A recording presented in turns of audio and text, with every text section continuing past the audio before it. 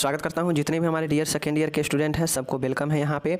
और आज का वीडियो है, आज आप जो जानते हैं तीसरा दिन है, वेडनेसडे है, तो आपका आज मेंटल हेल्थ नर्सिंग है और ये वीडियो नंबर 3 है मेंटल हेल्थ नर्सिंग का। और यह जो प्रश्न लेकर आए हैं, 2 प्रश्न लेकर आए हैं, यह आपके यूनिट नंबर 1 का है। तो अभी जितना भी हम इससे पहले आपका 2 वीडियो किए हैं वो सब के सब जो है आपका यूनिट 1 से ही था और यूनिट 1 जो है आपके बड़ा है। इसके बाद जो है लगभग 2 वीडियो और आएगा इसके ऊपर यूनिट 1 में, जो कि 2 से 3 से लेकर 4 क्वेश्चन और है इस यूनिट 1 में, जो कि महत्वपूर्ण है, आपके एग्जाम में बार बार आता है। चलिए आज हम 2 ऐसे प्रश्न देखेंगे। एक प्रश्न तो आपका ऐसा है जिससे आप जान पाएंगे कि कितने मानसिक रोग के इलाज है, कितने प्रकार से मानसिक रोगों का इलाज संभव है, यानी मनोरोग का इलाज जो है किन किन पद्धति यानी किन किन तरीक़ों से किया जा सकता है। तो आज जो है आप देखेंगे वो वाला प्रश्न भी, और यहाँ पे हम एक मनोरोग नर्सिंग का सिद्धांत भी जो है हम देखने वाले हैं।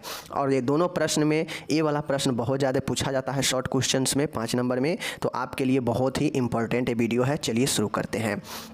यहाँ पे देख सकते हैं पहला प्रश्न है हमारा, मनोरोग नर्सिंग के सिद्धांत का वर्णन कीजिए। Describe the principle of psychiatric nursing, मतलब प्रिंसिपल बताना है। और आप लोगों को पता होना चाहिए, मैं आपको फर्स्ट ईयर में ये चीज़ें बताते आ रहा हूँ कि किसी भी चीज़ का अगर सिद्धांत पूछे, प्रिंसिपल पूछे, तो आपको एक चीज़ ध्यान में होना चाहिए कि प्रिंसिपल का मतलब होता है सिद्धांत, और सिद्धांत का मतलब होता है कि किस चीज़ के बेसिस, मतलब उसके बेसिस पर। तो सिद्धांत में आप किन किन चीज़ों को लिखते हैं जो उस क्षेत्र को जो है विशेषता को दर्शाता है और उसके एक बेस को दर्शाता है जिसके तहत व्यक्ति अपने काम को करता है। तो सिद्धांत में हम उन्हीं चीज़ों पर फोकस करते हैं जिसके थ्रू जो है हम आगे बढ़ते हैं। तो सिद्धांत में हम उन सारे चीज़ों को लिखेंगे जो एक मनोरोग नर्सिंग के लिए बेहतर होना चाहिए, जो एक मनोरोग नर्सिंग बेहतर कर सकती है इस सिद्धांत के तहत, और एक मनोरोग नर्सिंग को इन चीज़ों को पालन भी करना चाहिए। तो एक मनोरोग नर्सिंग को किन किन चीज़ों को ध्यान में रखना चाहिए। प्रिंसिपल का मतलब ही होता है कि जो ध्यान में रखते हुए काम किया जाए, समझ गए ना। प्रिंसिपल का मतलब क्या होता है, जैसे न्यूटन ने अपना लॉ दिया तो वह भी एक क्या है, प्रिंसिपल है। तो न्यूटन के प्रिंसिपल को हम ध्यान में रखते हुए बहुत सारे चीज़ों को जो है हम लोग क्या करते हैं, कंक्लूजन निकालते हैं ना। तो उसी प्रकार से मनोरोग नर्सिंग के अगर प्रिंसिपल को हम ध्यान में रखेंगे एज ए नर्स, तो हमें जो है इस मनोरोग में बहुत ही अच्छा काम करने का एक्सपीरियंस होगा, अच्छा काम कर पाएंगे। समझ गए चीज़ को। तो ये जो है आपका यहाँ पे, चलिए हम लोग देखते हैं। तो साथियों हम देख लीजिए, पहले जानते हैं कि मनोरोग नर्सिंग होता क्या है। पहले इस चीज़ को जान लीजिए, मनोरोग नर्सिंग के मूल सिद्धांत क्या होते हैं। प्रत्येक व्यक्ति में मूलभूत योग्यता, क्षमता और सामर्थ्य आदि गुण होते हैं। सही बातें हैं, प्रत्येक व्यक्ति में कोई ना कोई जो है योग्यता, कोई ना कोई क्षमता और कोई ना कोई सामर्थ्य, कैपेबिलिटी होता है। समझ गए। इन गुणों का विकास भावनात्मक वातावरण में अधिक होते हैं। अब ये जो गुण होता है ना, वह व्यक्ति के इमोशनल इन्वायरमेंट, भावनात्मक वातावरण में अधिक होता है। समझ गए चीज़ को।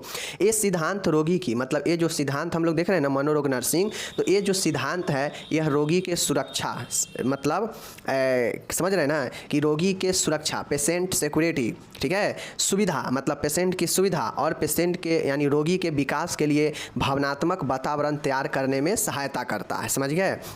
मतलब ये जो सिद्धांत है, इस सिद्धांत में रोगी के लिए सुरक्षा, रोगी के लिए सुविधा और रोगी के लिए विकास का एक भावनात्मक वातावरण तैयार करता है। और ये वातावरण क्यों तैयार करता है, क्योंकि हम लोग जानते हैं कि भावनात्मक वातावरण में जो है गुण, सामर्थ्य, क्षमता का विकास तेज़ी से होता है। इसलिए पेशेंट के लिए सुरक्षा, सुविधा और विकास के लिए जो है ऐसा भावना तैयार किया जाता है जिससे जो है ये सिद्धांत को, इस सिद्धांत को जो है प्रयोग करने में नर्स को ऊर्जा और समय की बचत हो, नर्स अपने क्षमता, गुण का और ज़्यादा विकास कर सके और वह जो है पेशेंट को सुरक्षा, सुविधा और विकास अच्छे से कर सके। तो इन्हीं चीज़ों को जो है ध्यान में रखकर जो है आपके मनोरोग का सिद्धांत दिया जाता है। अब एक नर्स किन किन चीज़ों को ध्यान में रखेगी, एक साइकेट्री नर्स जो है किन किन चीज़ों को अपने ध्यान में रखेगी और पेशेंट को ध्यान में रखते हुए सुविधा, सुरक्षा, विकास, इलाज, उपचार देगी। तो चलिए हम उन चीज़ों को देखते हैं और यही आपका सिद्धांत है। देखिए मनोरोग सिद्धांत निम्नलिखित है।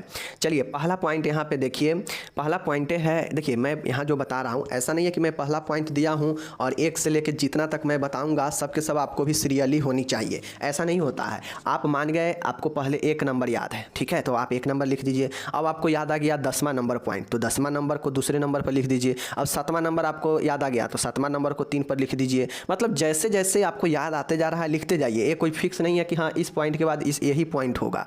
तो इन सब चीज़ों से आप बचिए, क्योंकि ऐसे होता है कि स्टूडेंट ज़्यादा ओवरलोड ले लेते हैं और वो सोचते ये है कि यहाँ पे सीरियल में लिखा गया है तो हमें भी सीरियल में याद करना है। ऐसा नहीं है, सीरियल में जहाँ पे अगर याद करना होगा मैं वहाँ पे आपको बता दूंगा, तो इसके लिए टेंशन नहीं लेना है, समझ गए ना। चलिए, पहला है रोगी को उसकी वास्तविकता स्थिति में स्वीकार करना। सबसे पहला पॉइंट होता है कि किसी भी रोगी को उसके जो है एग्जैक्ट जो सिचुएशन है उसमें वास्तविकता स्थिति में रोगी को स्वीकार करें। नर्स को एक चीज़ें ध्यान में रखना चाहिए हमेशा कि मनोरोग विभाग में, मनोरोग अस्पताल में या मानसिक रोग का जो भी व्यक्ति होता है, जो मानसिक रोग से पीड़ित है, वो व्यक्ति हो सकता है उसके सामने में आने पर जो है बहुत ज़्यादा हिंसक हो जाए, गाली गलौज करने लगे, मारने के लिए दौड़े। तो इस सिचुएशन में नर्स को स्वीकारना चाहिए, क्योंकि नर्स को ये पता होना चाहिए कि यह अपने समान स्थिति में नहीं है, इसलिए यह हमारे साथ ऐसा कर रहा है। ऐसा नहीं होनी चाहिए कि वो गाली दे रहा है तो हम नर्स है तो हमें घमंड आ जाए, हमारे अंतरात्मा को ठेस पहुंचे कि हमें कैसे गाली दे रहा है और हम भी उसको मारने दौड़े और गाली देने लगे। ऐसा नहीं होनी चाहिए। मतलब जिस स्थिति में पेशेंट है उस स्थिति में स्वीकार आपको करना पड़ेगा एज ए साइकेट्रिक नर्स। तो पहला पॉइंट यही हो गया। दूसरा पॉइंट यहाँ पे देखिएगा, चिकित्सीय उपकरण के रूप में स्वयं की समझ में काम लेना। मतलब जितने भी इक्विपमेंट है जो उपयोग किया जा सकता है एक मानसिक रोगियों के लिए, उन सभी को समझ होना जरूरी है, ताकि उसका उपयोग करके हम जो है मानसिक रोगियों को बेहतर इलाज, बेहतर सुविधा दे सकते हैं। तो जो भी चिकित्सीय इक्विपमेंट है, थेरेप्यूटिक टूल है, सबका समझ होना जरूरी है। समझ गए चीज़ को। तो ये दूसरा सिद्धांत हो गया।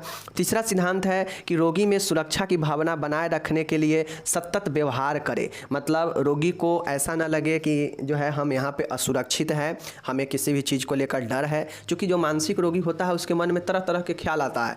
कोई सही भी होगा फिर भी उसके प्रति उसको डर लगेगा, गलत सोचेगा। तो एज ए नर्स हम ऐसा व्यवहार बनाएंगे, ऐसा हम भावना बनाएंगे जिससे उस मरीज को ये न लगे कि हम जो है यहाँ पे असुरक्षित है। मतलब ऐसा व्यवहार हम एज ए नर्स बनाएंगे कि वो उस मरीज को सुरक्षा हो, उस मरीज की भावना को सुरक्षा हो सके, भावना का कोई ठेस ना पहुँचे। ठीक है, क्योंकि जो मानसिक रोगी होता है वो बात बात पर जो है क्या होता है, हिंसक हो जाता है, वह अपने आप को असुरक्षा महसूस करने लगता है। तो हम एज ए नर्स इन चीज़ों का ध्यान रखेंगे कि ऐसा व्यवहार करें जो सामान उसे सुरक्षा में बनाए रखने में मदद करे। नेक्स्ट है 4th नंबर का, रोगी को स्वीकारात्मक तरीके से विश्वास प्रदान करें। अब रोगी को आपको एज ए जो है विश्वास प्रदान करेगा, एज ए साइकेट्रिक नर्स आपको जो है विश्वास दिलाना पड़ेगा, आपको जो है उससे विश्वास को स्वीकारवाना पड़ेगा। ठीक है, आप एज ए नर्स हैं तो आपको अपने पेशेंट को किसी भी चीज़ के प्रति अगर अविश्वास हो तो क्या करना पड़ेगा, आपको उसको विश्वास दिलाना पड़ेगा। जैसे मानसिक रोगी है,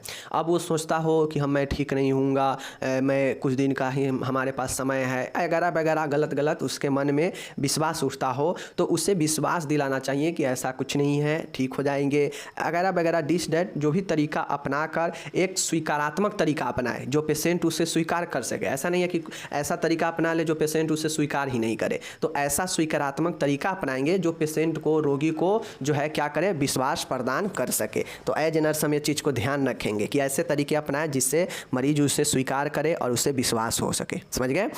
नेक्स्ट है 5वां है, रोगी के व्यवहार में बदलाव भावनात्मक अनुभवों के आधार पर लाना।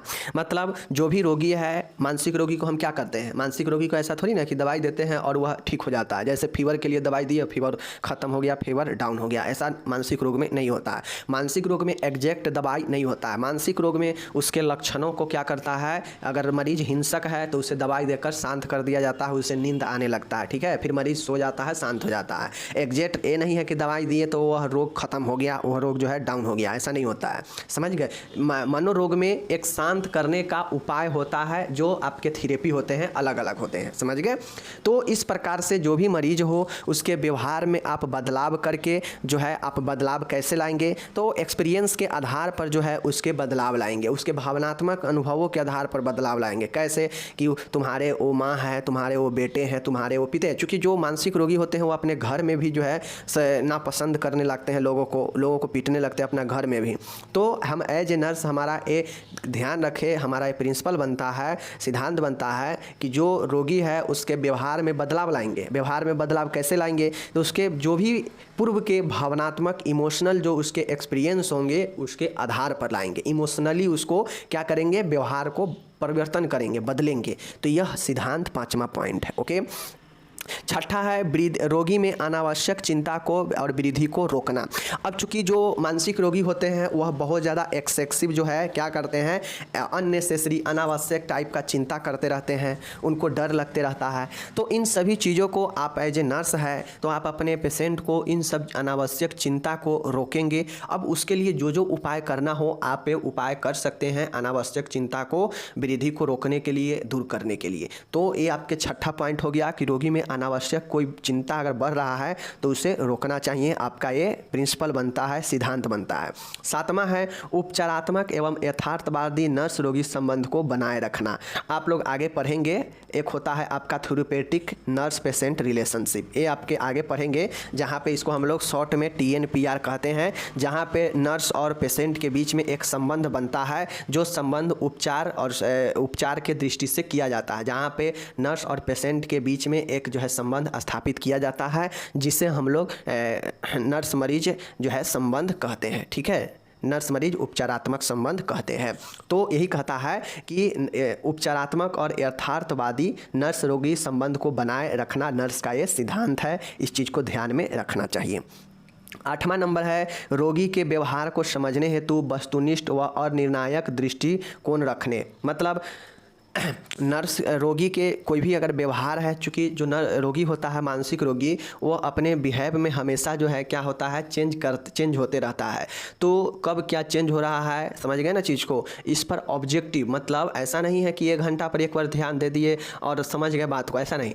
एक एक उसके बिंदु पर, एक एक उसके व्यवहार पर ध्यान देना चाहिए और समझना चाहिए कि वह जो है क्या जो है और निर्णायक दृष्टिकोण है, मतलब बिना निर्णय के वह काम कर रहा है। ऐसे चीज़ों व्यवहारों पर ध्यान में सीधा कहिए। 8वां पॉइंट है कि रोगी के व्यवहार को समझने के लिए वस्तुनिष्ठ तरीके से हम उस पर क्या करेंगे, ध्यान रखेंगे। ये हमारा सिद्धांत होता है। चूँकि मनोरोग जो नर्सिंग होता है उसके मन में हमेशा, रोगी जो होता है मनोरोग का, वो उसके मन में हमेशा जो है कुछ न कुछ अटपटा चलते रहता है और वह अलग अलग करने का प्रयास करता है। तो वही जो अलग अलग व्यवहार को दर्शाएगा उस पर वस्तुनिष्ठ तरीके से उस पर ध्यान रखा जाएगा। ओके, तो ये आपका हो गया 8वां। नेक्स्ट है 9वां, शारीरिक और मौखिक दबाव से यथासंभव बचे। अब जो भी मानसिक रोग है उस पर अनावश्यक जो है कोई किसी भी चीज़ के लिए, चाहे आप फिजिकली यानी शारीरिक रूप से या फिर बातों से मौखिक रूप से दबाव प्रेशर नहीं बनाए, इससे के बनाने से बचें।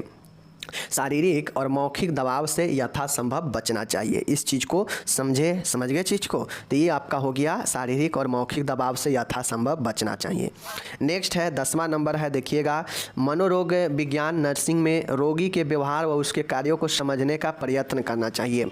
अब मनोरोग विज्ञान में नर्सिंग में, मतलब जो साइकेट्रिक नर्सिंग है, इसमें आप पढ़ाई किए हैं एज ए नर्स, तो आप पढ़ाई किए हैं तो रोगी के क्या व्यवहार है और वह किस प्रकार के कार्य करना के प्रयत्न कर रहा है, इस चीज़ को समझना चाहिए। मतलब रोगी के व्यवहार और उसके कार्यों को समझना चाहिए कि व्यक्ति क्या जो है कर रहा है और वो जो है उसका व्यवहार के किस प्रकार का है, इस चीज़ को समझने का प्रयत्न करना चाहिए मनोरोग विज्ञान नर्सिंग में नर्स को। तो इस चीज़ को भी ध्यान रखें। एंड 11 नंबर का है, रोगी के ज्ञान स्तर के अनुसार उसकी देखभाल में काम आने वाली विधियाँ उसे समझाई जानी चाहिए।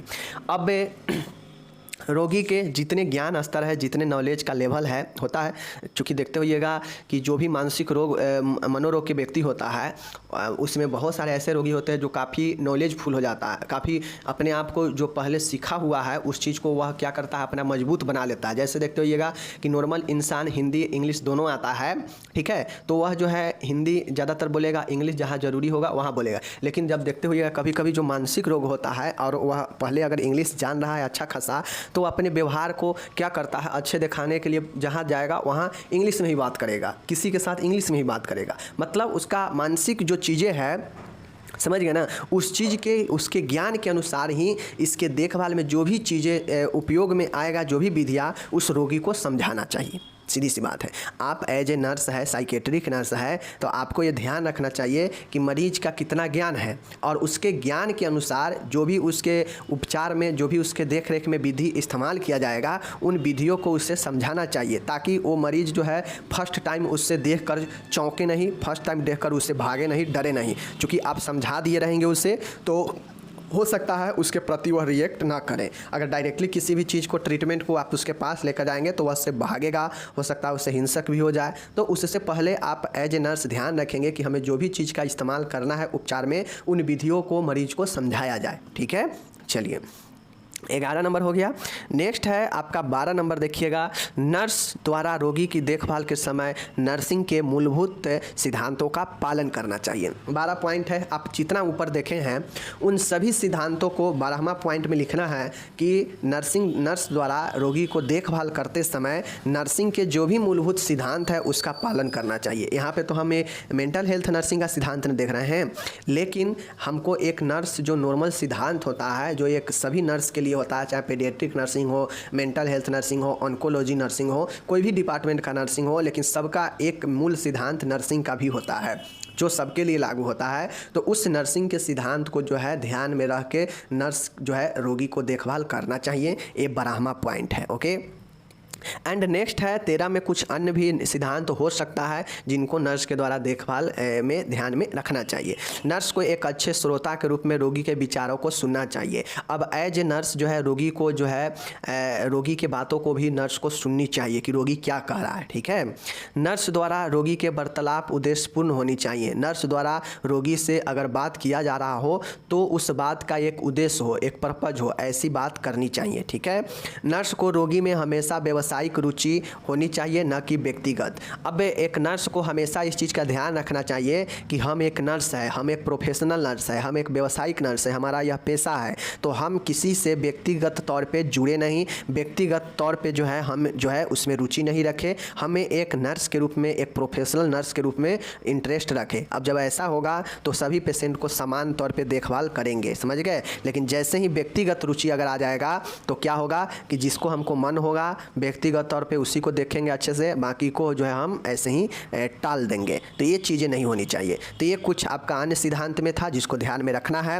ये 13 पॉइंट है। अब इस 13 पॉइंट में अगर 5 नंबर में आपसे प्रश्न पूछा जा रहा है तो कम से कम 10 पॉइंट तो आपको लिखना बनता है, समझ गए। तो इस प्रकार से अगर आप 13 के 13 पॉइंट लिख देंगे तो आपका पेज भी अच्छा खासा फुल हो जाएगा और आपको नंबर भी फुल मिलेगा। तो इस प्रकार से मैं आपको यहाँ पे बता दिया प्रश्न, ठीक है, कि नर्सिंग के मूल, साइकेट्रिक नर्सिंग के क्या क्या सिद्धांत होते हैं। ओके, चलिए अब हम यहाँ पे एक चीज़ देखेंगे, मानसिक रोगों के उपचार का वर्णन करें। जो मैंने आपको पहले बताया कि मैं आज आपको बताऊंगा कि मेंटल इलनेस या मेंटल डिसऑर्डर के ट्रीटमेंट का क्या क्या जो है आपके क्या क्या कौन कौन सी विधियाँ हैं, ठीक है ना। Method of treatment in psychiatry, मतलब मनोरोग विज्ञान में उपचार की कौन कौन विधियाँ है, इसको बताना है। आपसे भी 5 नंबर में, 10 नंबर में पूछ सकता है।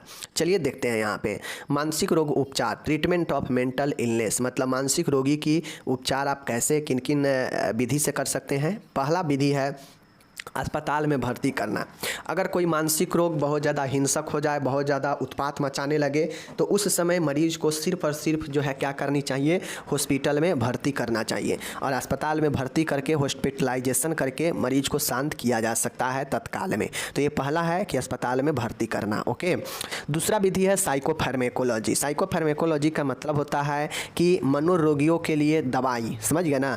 तो साइकोफार्मेकोलॉजी में मानसिक रोगी के चिन्ह व लक्षण के अनुसार दवाइयाँ प्रदान की जाती हैं। मतलब अलग अलग मानसिक रोग है, अलग अलग मानसिक रोग है। कोई जो है तीव्र गति से जो है अटैक करता है, कोई धीरे धीरे अटैक करता है, लंबे समय की मानसिक होता है, कोई बहुत दुख डिप्रेशन वाला, कोई बहुत ज़्यादा हंसमुख, जैसे मेनिया के पेशेंट बहुत ज़्यादा हंसता है, बहुत ज़्यादा बोलता है, कहावत कहता है। तो इस प्रकार की अलग अलग चिन्ह और लक्षण वाले मरीज होते हैं मनोरोग में भी। तो उनके चिन्ह और लक्षण के अनुसार दवाइयाँ प्रदान की जाती है। ये साइकोफार्मेकोलॉजी में होता है, दवाई के द्वारा ठीक करना, समझ गए।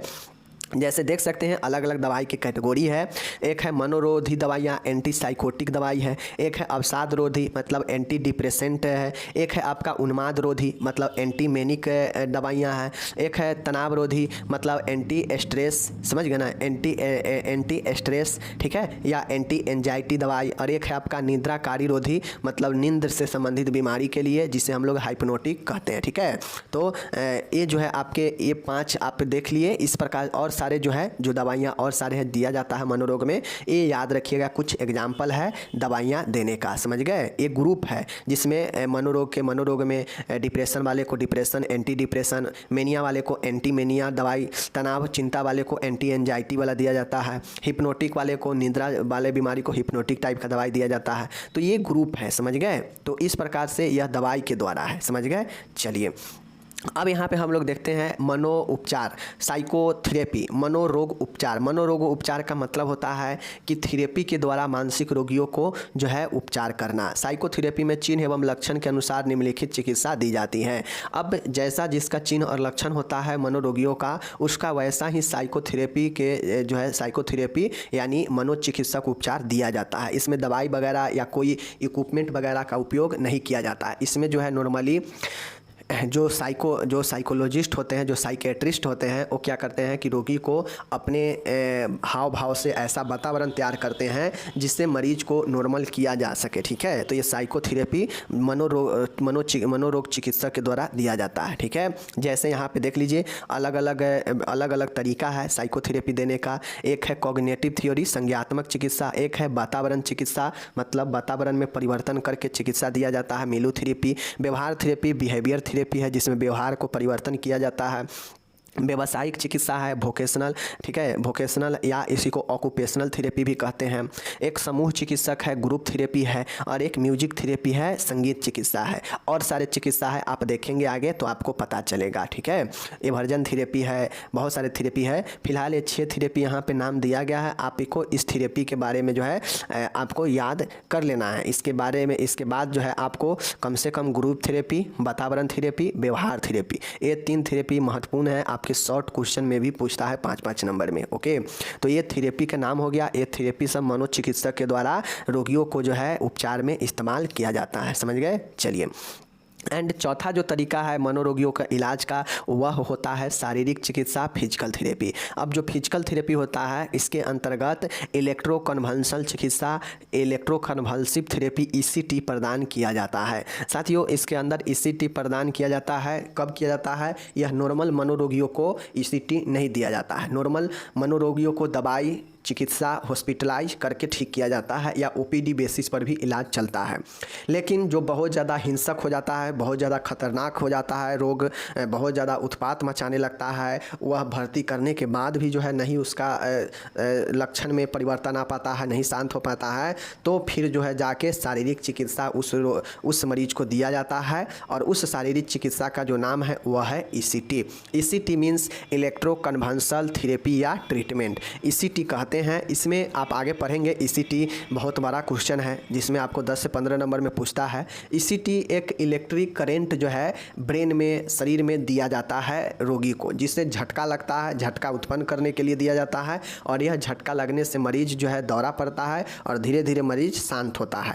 तो यह ECT वही उपचार होता है जो बहुत ज़्यादा खतरनाक और हिंसक मरीज हो जाता है, उसके उपचार में यह शारीरिक थेरेपी ECT का इस्तेमाल किया जाता है। अदरवाइज नॉर्मल अगर मनोरोग है, नॉर्मल रोग, मानसिक रोग में नॉर्मल है, तो उसे ECT नहीं दिया जाता है, क्योंकि ECT जोखिम भरा होता है, शॉट लगता है ब्रेन में, तो इस कारण से यह जोखिम होता है। इस कारण से नॉर्मल पेशेंट को ये नहीं दिया जाता है। चीज़ को समझ गए। तो ये 4 प्रकार से आपको जो है क्या करता है, मनोरोगियों का उपचार किया जाता है। साइकोफार्मेको की तरह से मतलब दवाई के द्वारा, मनोचिकित्सक के द्वारा, हॉस्पिटलाइजेशन करके, एंड फिजिकल थेरेपी में ECT के द्वारा। तो ये 4 तरीकों याद रखिएगा आप लोग को आगे बहुत काम आएगा। और ये 4 तरीके से आप मनोरोग यानी पागल व्यक्तियों का या मनोरोग व्यक्तियों का इलाज कर सकते हैं। समझ गए चीज़ को। चलिए मिलेंगे अगले वीडियो में। आपका यहाँ पे होता है डाइंड, और आगे जो है हम लोग आगे लेकर आएंगे। इस सप्ताह में एक बार और आएगा। इससे मेंटल हेल्थ नर्सिंग और चाइल्ड हेल्थ नर्सिंग दोनों का एक वीडियो आएगा, जहाँ पे मेंटल हेल्थ से भी एक वीडियो, एक क्वेश्चंस रहेंगे। तो आप लोग देखते चलिए, बहुत अच्छे से पढ़िए, एकदम समझिए। देखिए चैप्टर मत याद कीजिए, मैं सीधा कहूँगा आप कोई भी चैप्टर पढ़ें, जब आपका पूरा क्वेश्चन पूरा बुक समाप्त हो जाए तो आपको ये होना चाहिए कि हमको फलाना फलाना क्वेश्चन एक यूनिट से लेकर और आखिरी यूनिट तक का दिमाग में आपको क्वेश्चन याद हो जाना चाहिए। इस तरीक़ा से पढ़िए। और अभी तक आप क्या पढ़ चुके हैं यह आपको बिना कॉपी खोले हुए अभी आपको क्वेश्चन दिमाग में होना चाहिए कि मैंने अभी तक क्या क्या पढ़ लिया है। अगर ऐसा नहीं करते हैं तो फिर आपको दिक्कत है, फिर आपको एग्ज़ाम के समय भी बहुत मेहनत करना पड़ेगा। समझ गए चीज़ को। और सेकेंड ईयर आप जितना आसान समझते हैं आप देखिएगा सेकेंड ईयर उतना आसान नहीं है। जो लोग ये सोचते हैं कि मैं आखिरी में पढ़ लूँगा, 10 दिन 1 महीने पढ़ लूँगा, तो नॉलेज को तो उनका छोड़ ही दीजिए। जॉब के आगे भी उनका क्या होगा कुछ नहीं जानता है लोग, क्योंकि अब एग्ज़ाम पर भी सब कुछ निर्भर करता है आगे जॉब वगैरह। तो पढ़ेंगे उन्हीं को कुछ होने वाला है। दूसरी बातें, आपके जो भी चीज़ें हैं आपके सामने में है, एकदम बेहतर पीडीएफ बेहतर क्लास दे रहे हैं, अच्छे से समझा रहे हैं, तो पढ़िए, फ़ायदा उठाइए। फ्री में सब कुछ है, कोई आपसे पैसा नहीं ले रहे हैं। बाकी चलिए, जिनको पढ़ना है वो पढ़ रहे हैं, जिनको नहीं पढ़ना है वह वीडियो में आते हैं, पीडीएफ डाउनलोड करते हैं, निकल जाते हैं। पीडीएफ तो उनके किताब भी उनके पास भी होगा, किताब भी होगा उनके पास, तो पीडीएफ से कोई बड़ी डिफरेंस नहीं हो जाता है। पीडीएफ आपके पास एक रखा चीज़ होता है जो कभी आपको रिवाइज करने पर मदद करेगा, बट रियली समझने के लिए तो वीडियो ही देखना पड़ेगा। मिलेंगे अगले वीडियो में, तब तक धन्यवाद, टेक केयर।